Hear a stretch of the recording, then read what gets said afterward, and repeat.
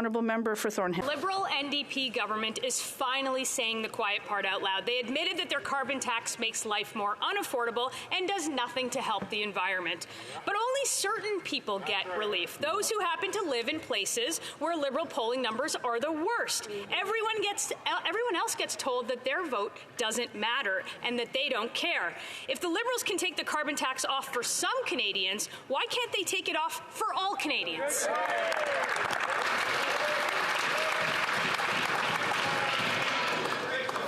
Thank you, Mr. Speaker. As I've said a number of times, this program applies across the country in every province and territory of this country.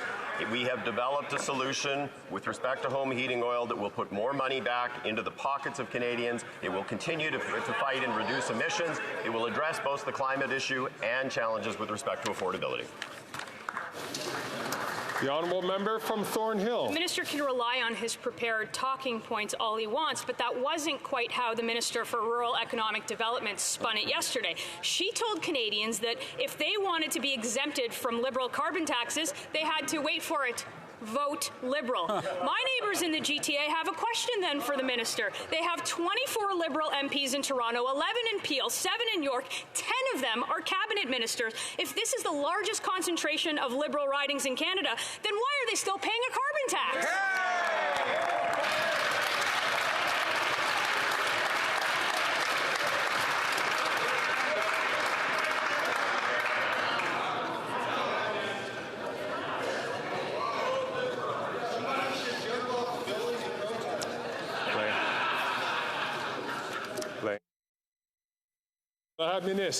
The honourable minister. Mr. Speaker, home heating oil is a challenge not just for Atlantic Canadians but for many in rural Canada. That has been the case for many years, but became more forceful in the last couple of years as the price of home heating oil skyrocketed, went up 75% in 2022. What I would say is we've come up with a solution that actually will enable Canadians to do the right thing with respect to fighting climate change. Will actually put more money in their pockets. It is a good solution for the climate. It is a good solution for the affordability of Canadians in Atlantic Canada and everywhere across this country. Then I have Deputy de Barrie-Innisfil. An obvious, desperate Prime Minister admitted his carbon tax is punishing Canadians and making life unaffordable. After 8 years, he finally proved to himself last Thursday that he's not worth the cost. And his only strategy at this point is not about climate, it's about protecting his Liberal MPs. In Sudbury-Nickel Belt, 55% of homes are heated by natural gas, yet for these struggling Canadians, they get no exemption from heating their homes. Now, the Leader of the Opposition has proposed to axe the tax in all forms of home heating for every Canadian. Will the Prime Minister agree with that?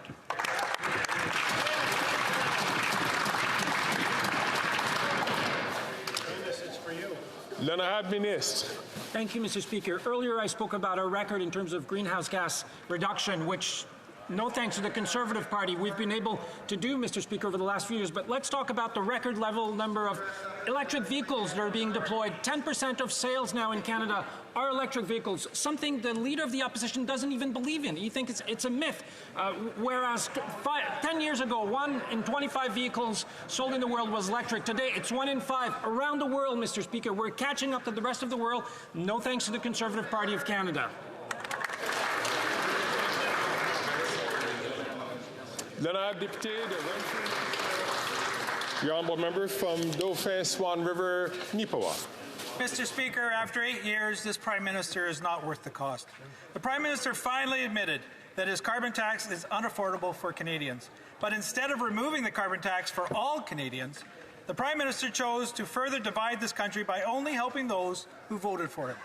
The Liberals are saying that Manitobans didn't deserve the tax relief because they didn't vote Liberal. Unfortunately, Manitoba elected 4 Liberals. Why did the Manitoba Liberal minister from St. Boniface St. Vital fail to get a carbon tax exemption on home heating for Manitobans?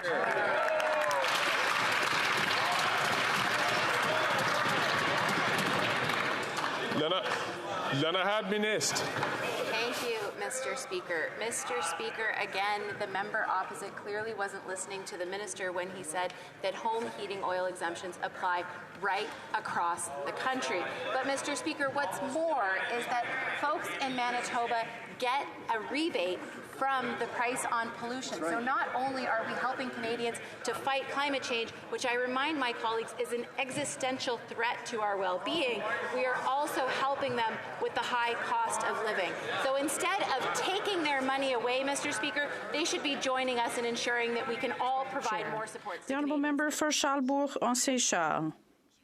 Mr. Speaker, last Thursday, the Prime Minister looked at the polls and panicked.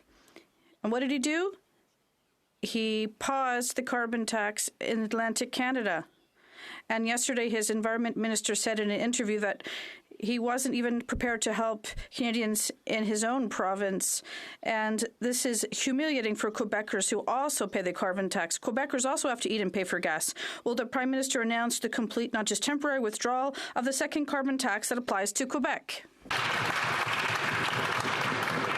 The Honourable Minister. Mr. Speaker, I would ask my honourable colleague to go back and listen to the show on Radio Canada, and I'm happy he does listen to it because we do fund CBC and Radio Canada. But what I said was that all the measures that we have put in place in terms of dental care, daycares, and the fight against climate change are all measures that the Conservative Party of Canada is opposed. The Honourable Member for Charlebourg-Saint-Charles.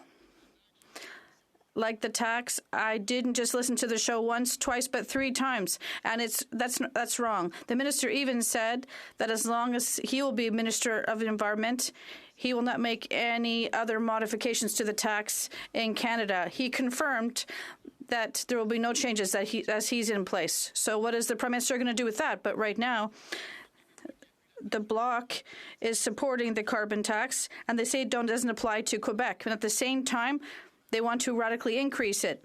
At the end of the day, what is this government doing? The Honourable Minister. Thank you, Mr. Speaker. I think if he listened to the show once, twice, or 3 times, he would have practiced this question once, twice, or 3 times. Yes, there is a carbon price in place across the country. And yes, we make sure that there will be a mechanism that will be fair for all Canadians, and we support Canadians in the fight against climate change, and also in terms of affordability. L'honorable député de Coast of Bays Central, Notre-Dame. Thank you, Mr. Speaker. Folks back home are wondering how much tax they'll pay if they vote Liberal in the next election. The Liberal MP for Long Range suggested that they want to be a government that listens to the concerns of Liberal ridings. Her and her constant colleagues voted 24 times to increase the carbon tax to 61 cents per litre. After 8 years, this NDP Liberal government and this Prime Minister is not worth the cost. Will they stop the mass confusion and tell Atlantic Canadians how much carbon tax they'll pay if they vote Liberal in the next election?